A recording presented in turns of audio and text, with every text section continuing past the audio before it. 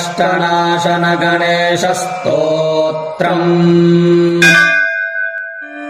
प्रणम्य शिरसा देवम् गौरेपुत्रम् विनायकम्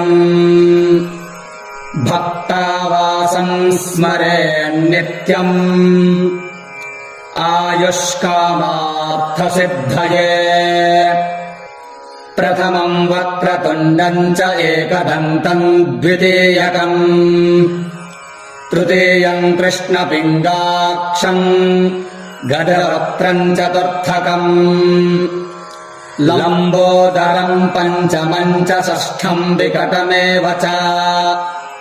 सप्तमम् विघ्नराजेन्द्रम् धूम्रवर्णम् तथाष्टमम् नवमम् भालचन्द्रम् च दशमम् तु विनायकम् एकादशम् गणपतिम् द्वादशम् तु गजाननम् द्वादशैतानि नामानि त्रिसन्ध्यः पठेन्नरः न च विघ्नभयन्तस्य सर्वसिद्धिकरम् परम् विद्यार्थी लभते विद्याम् धनार्थी लभते धनम् पुत्रार्थी लभते पुत्रान् मोक्षार्थी लभते गतिम्